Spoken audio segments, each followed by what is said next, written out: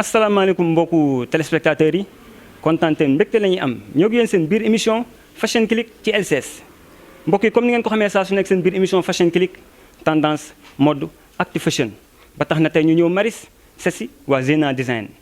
ñooñu ñooy waa Zeyna Design ñu ne Zeyna Design xale bi war a jëm ci ki nga xamante ne moom la ñuy wax madame Diaw Absa Guiro kuy madame Diaw Absa Guiro léegi lay doon seen biir émission Fashion Click ci LCS may nuyu sama xarit Safiré ñu koy wax Rama maa ngi lay nuyu. daam fay naa la bu baax a baax ziar la màggal la daam nee naa la saa su ne mbégte ak contentement la am rek daal di jàkkaarloo yow ci Fashion Click waaye su ma noppee ci yow damay rek daal di nuyu bu baax a baax téléspectateurs yu LCS ndax daam saa su ne ma ne la ñoom xorom lañ si. kon téléspectateurs yi yéen a ko déggandoo nee na xorom ngeen ci waaye mbokk yeeg téléspectateurs yi nee naa leen ku ñu seet si tey ku mës a maase ak moom jamono rek bàyyi nga ko xel si ciseau ba tax na dañuy yéeg ci kaw ñu wan leen design yi nga xamante ni moom la suñu xarit suñu yaay ñu koy wax Absa Guiro. daam mu mel ni lu extraordinaire la ñu andil.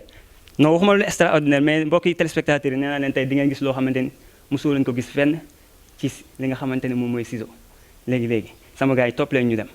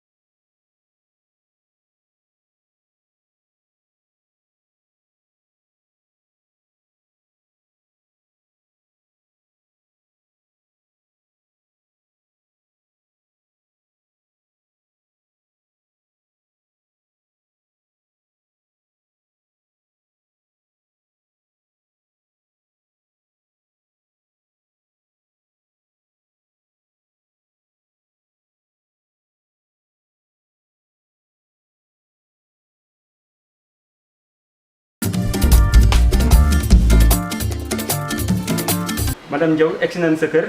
vraiment gis accueil bi nga xamante ni vraiment groupe LCS bi nga xamante ni tey ñoom lañ àndal yëpp ñu kontaan ci loolu vraiment mu nekk accueil bi nga xamante ni vraiment fees na xol mais tey boo doon wax téléspectateurs yi nga xamante ni ñoo ñu seetaan à travers LCS kan mooy madame Diaw. waaw madame Diaw mooy man Absa Guiro je suis styliste maa ngi liggéey fii maay directrice su Zeyna Design mooy sama complexe ci Hann Mariste fii di couturière di modéliste di créatrice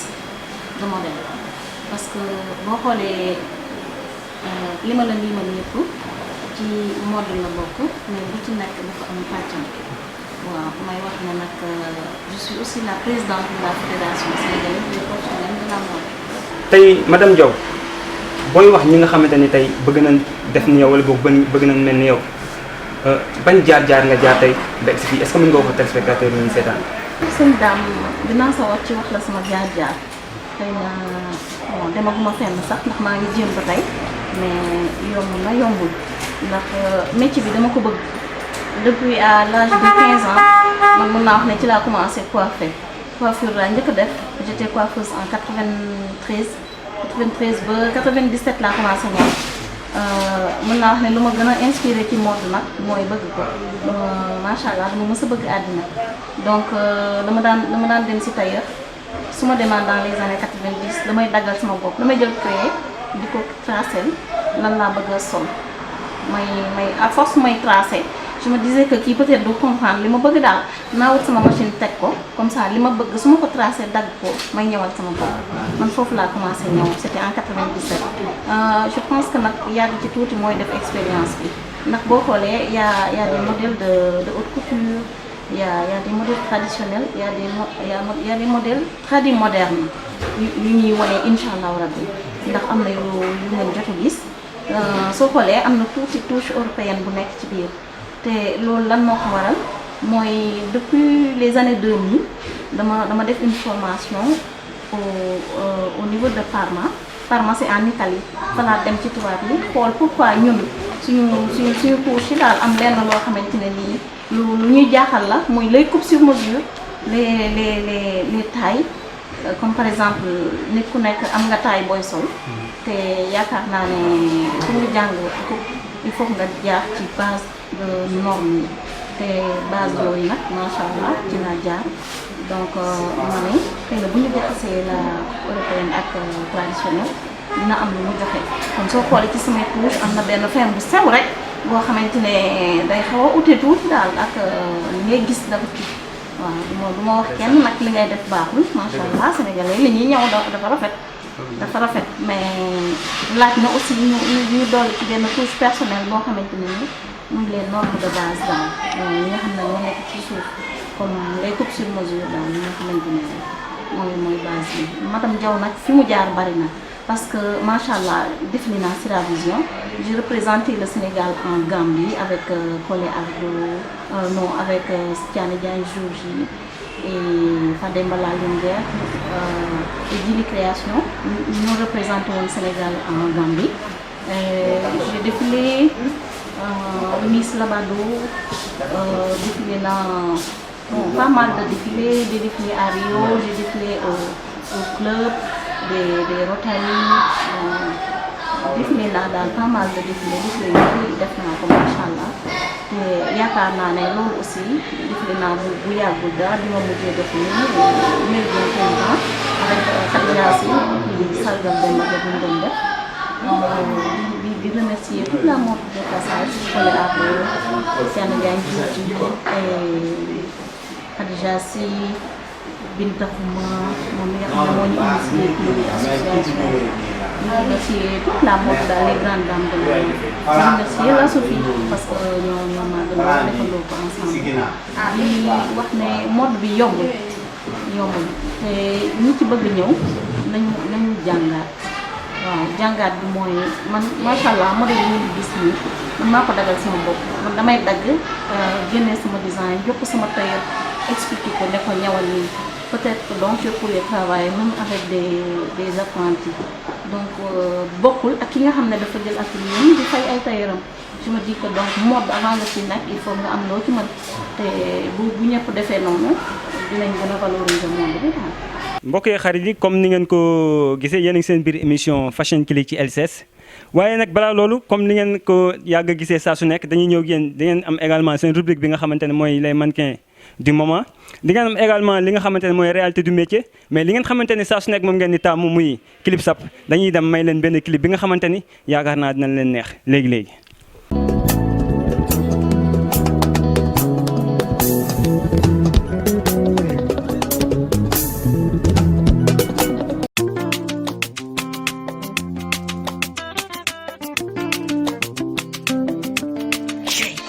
xale bi sama reeni xool de wuyu ma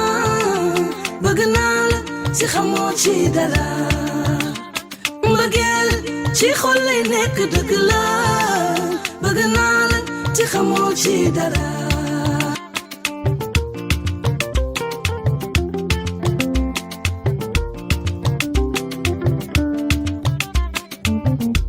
man de wàllu leen ma wax koko xale bi lekkatuma ndax moom naanatuma nelawatuma woo sama xol yaa ci ne léeg-léeg ma woo ko ci daal di coupé sama appétit coupé feebar dina ma gunge docteur dama la ba def te xam nga la koy faj woo mbaa mën nga ci dara xale bi sama reeni xool de wuyu ma bëgg naa la ci xamoo ci dara mbëggeel ci xol lay nekk dëgg la bëgg naa la ci xamoo ci dara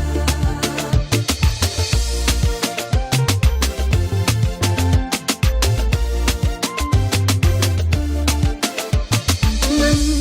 woo naa la fu ne nga jàppee ma sa xarit invité resto la lu ne woo nga jàppee ma sa xarit léeg-léeg ma woo ko ci daal di coupé sama appétit coupé feebar dina ma gunge docteur tama la fa doon te xam nga la koy faj woo mbaa mën nga ci dara man bëgg naa ma bañ bàyyiwuma man gisuma keneen ku dul moom bëggee la bari doole ma ko xam xale bi sama reeni xool de wuyu ma bëgg naa la ci xamoo ci dara mbëggeel ci xol lay nekk dëgg la bëgg naa la ci xamoo ci dara xale bi sama reeni xool de wuyu ma bëgg naa la ci xamoo ci dara mbëggeel ci xol lay nekk dëgg la bëgg naa la ci xamoo ci dara ci nekk ak ki nga nopp sa ginnaaw bandang faxasul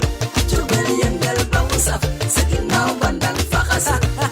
ci nekk ak ki nga nopp sa ginnaaw bandang faxasul jógal yëngal ba mu saf sa ginnaaw bandang faxasul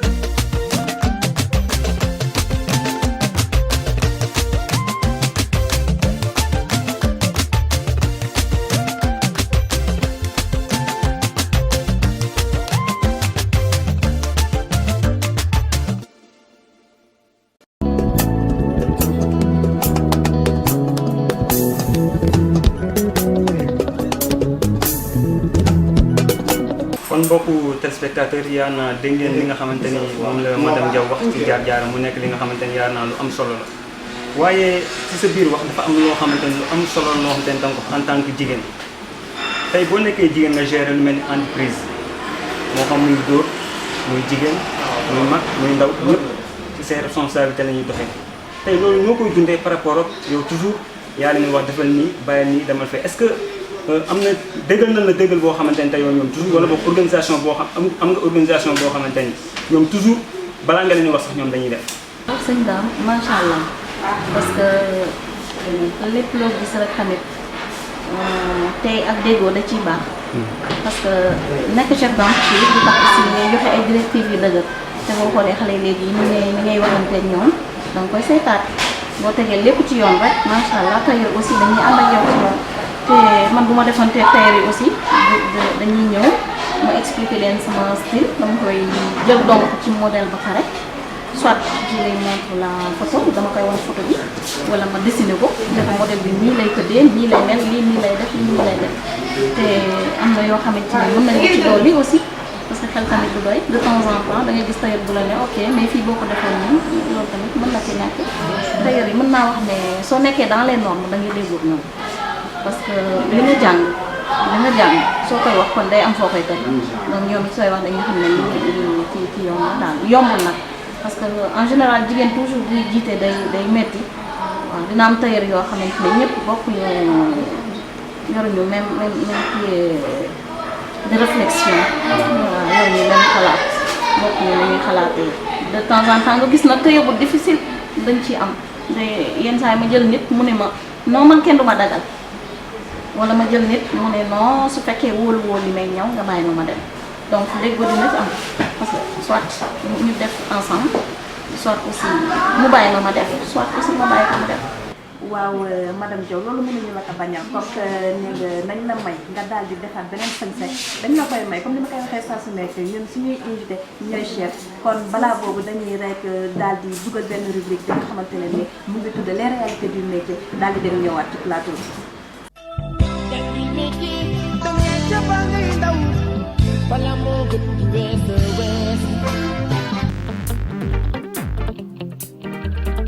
lu ma wax yéen ak fu ma jëm. mbokk yi ñu ngi fii ci marché Arafat ñëw fekk fi waa ji wax Ibou nag bi ànd di doog a door mu nga daan dénk ay xaalisam mais ànd li ci garaaw daaw ko jël da war a ñëw di ko coppet ay yére fàtte ni sax atelier bee taxoon waaye Ibou am na lu ñu mën a wax tuuti ci Anta Ibou na nga def. waaw bàyyi nga am jàmm tey sa jigéen ñu dugg Arafat ba génn dafa jaar ci yow dégg naa ci sa faram nga woon dégg naa ci da ngeen di doxaanante loolu yëpp dégg naa ko waaye tey man rek ma ñëw laaj ci loolu yëpp mais am ngeen lien bu am solo mooy diggante càmmin ak càmmina comprendre nga léegi loolu laa la bëgg laaj bi loo ci xam. non kii moom sama nit la moom. ndeysaan comme ni ma la ko waxee nag kii mun naa ne sama simel la sama lépp la quoi parce que sama diggante ak moom li ci nekk yëpp mën na ma fi nga doon wax fii nga enquête ko fondé waaw affaire juma baa nekk ni fondé baa nekk mu naan génn la dugg ci nekk man dama ko bëgg ci sama xol rek te yàlla rek te dafa yaru nag te li may wax ni yàlla laa koy seede xale bu baax la xale bu yaru la yal na ko yàlla jàppale te téyel ko boppam yàlla may ko jëkkër bu baax a baax a baax. mais est-ce que am na fulla ah est-ce que am na fulla yii fulla laa am ci boppam yii tubaarkàlla bu doy wala bu ñàkk doy tubaarkàlla macha allah fulla laa am ci boppam xale bi yëpp la am moom jàmbaar la yal na ko yàlla jàppale te téyel ko boppam li tax nga day yàlla waaw dama def samay enquête dégg ni jàkk ji nekk en face dafa daan ñëw secteur di raxas mais bu génnee temps yooyu ndeysaan dooleem demewul noonu mu yor fukk ak juróom bu ñëwee ci yow jox la fukk ak juróom nga ne bu yorul sax dama koy jox ndeysaan bu yorul sax dama koy jox ndax dafa yaru chez la tigresse lu ma sol rek chez la tigresse la lu ma sol moo may solal kon ça veut dire que yow da nga abonné wu ci moom bu ma amee fu may jëm dama koy woo ne ko samedi bii di ñëw am naa xew cër rek la jox client man sax man ni ma daan def client moom su ma ko waxee danaan ma bul def nii liggéeyal nii client kenn du ko jaan da ngay neexal ak moom. moom faralul sax di ànd ak jigéen moom góor la préféré moom góor ñi ñooy xaritam te Arafat nekk na fi koo xam ne moom vraiment ñëpp ko respecté parce que lu baax la fi def moom la fi wax. Anta dégg nga li sa ñaari sëy wax muy Ndeye Amy ak Soukeyna lan ngay toog ci loolu. mënuma wax sax. da nga kontaan. ñi samay mag lañ.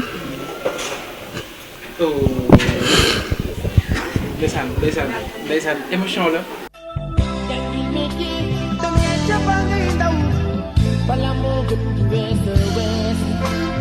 téléspectateurs yu SOS yaakaar naa ne ñoo ko gisandoo c'était les réalités du métier ah no comment laay wax tey xol fees na parce que émotion tey la ñu génnee ci lii di les réalités du métier. mu mel ni sama invité daal dina rek ñëwaat fekk si ma ci plateau bi def na ba mu baax nag nee naa que daf ñu teeroo blanc ñu ne déeta waaye mu daal di génnaat fii nii fàttali ñu ñun ñi waaye garaawul ba tey dama lay rek bàyyi madame Diaw nga commenté sañse bi nga ñu ko sol boo ci paree nga daal di commenté sa sañse bi nii nga mujjee daal di jàll nag pour à la fois si sa mantan. Rama nag am nga ma fàttewu ma leen nag liggéey bee xaw na bari rek waaye yéen ci biir ngeen bokk su ñu paree kenn ku ci nekk da nga xool rek li nga neex nga ne man bii laay sol bi ma soo gisee nag ma dem si pour relax parce que dama bëgg gën a jàkkaarloo ndax sànq ku ne xam na ne basin si tàngaay bi day xaw a diis donc line yi te boo xoolee mannequin yi sol nañ ci ma ne naa dem sol ci benn comme ça wan leen ko pourquoi line et jeu de couleur on est en été je pense que ci tàngaay da ngay soxla ay couleurs yu leer ay couleurs yu ànd ak été coton lin aussi coton la te coton dafay neex si tàngaay bi loolu moo waral ñu def des créations en coton am na lin yu leen won fii jeu de couleurs yi aussi ça joue parmi les couleurs et le temps parce que temps bi moo ko laaj daal may wax ne ñu ngi leen di woo ci robe lin fii ci Zeyna Design and Mariste ñu leen wax ne catégorie yëpp la ñuy def dañuy def haute couture dañuy def coupe traditionnelle te basin ak lin yëpp daal ay coupe yu spécial yoo xamante ne nii hors pair franchement yoo xam ne doo ko gis feneen mais moom moo fi am bëgg naa daal ñëpp ñëw ci donc LCS ni ma leen dalalee bëgg naa ñu wane ko à travers tout le monde.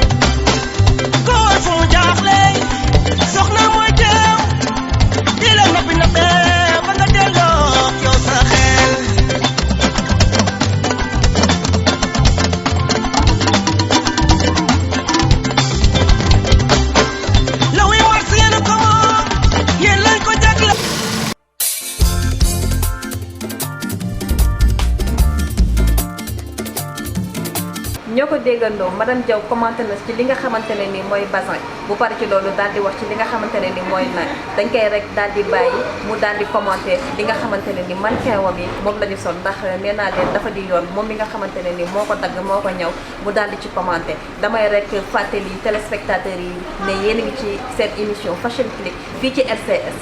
waaw maa ngi wax ne robe bi Kordos njëkk a sol muy robe bu bleu bi ñu ngi ko ñëw en crêpe robe crêpe la ñu dugal soie ci biir ñu ngi ko def coupe européenne comme ni ma la ko waxee fii dañuy def haute couture donc ñu ngi ko ñëw à la taille bustier ba pare perlé ko avec des perles de la place macha allah li fi li ñu ko ñëwee yëpp am na fi muy crêpe muy tissu bu yomb boo xam ne cherul même les perles aussi sont très abordables. mbokk yi comme ni ngeen ko gisee ñu ngi seen njeextal émission waaye di am kontaan te mbégte ci waa Zeyna Design bi nga xamante ni tey ñoom ñoo ñu daloon tey fii si kër madame Diaw di ko remercier bu baax a baax parce que accueil yi tey am na solo lool waaye di remercier sama jigéen comme ni ma koy waxee saa su nekk Safiré te saa su nekk saa yu ma ree rek ma kontaan di am kontaan teg di pelloog moom saa su nekk waaye di remercier aussi tamit suñu techniciens yi nga xamante ni tey ñoom lañu àndaloon ku mel ni ki nga xamante ni moom mooy Ousmane ak Moussa waaye di remercier aussi tamit sama xarit yi nga xamante ni saa su nekk ñoom may encouragé di ma gën a dooleel di remercier aussi tamit ñi nga xamante ne moom mooy famille Mbodj ak famille Sène mbokk yi lii la leen andiwoon seen biir émission Fashion Click. waaw dama lay remercier bu baax a baax di la jaajëfal bu baax a baax ndax nee naa man ak yow dama la remercier ndax man ak yow benn lañ duñu ñaar duñu neexoon waaye dama fay jaaree daal di remercier ñi nga xamante ne nii ñooy sama ay caméraman sama réalisateur bu jaajëfal leen bu baax a baax ndax liggéey bi métti na trop te bu ngeen ñu gisee ñun ci kanamu écran bi mu xaw a nice ni ñoom a tax kon dañ leen di jaajëfal bu baax a baax waaye jaajëfal ki nga xamante ne ni mooy Awa Sène ndax nee naa bu bopp bi jagee Marème Bala waaye tamit bu sañse bi xawee ne ni Awa Sène la ki nga xamante ne ni mooy Kéba jox leen di daje yéen téléspectateurs yi ba beneen incha allah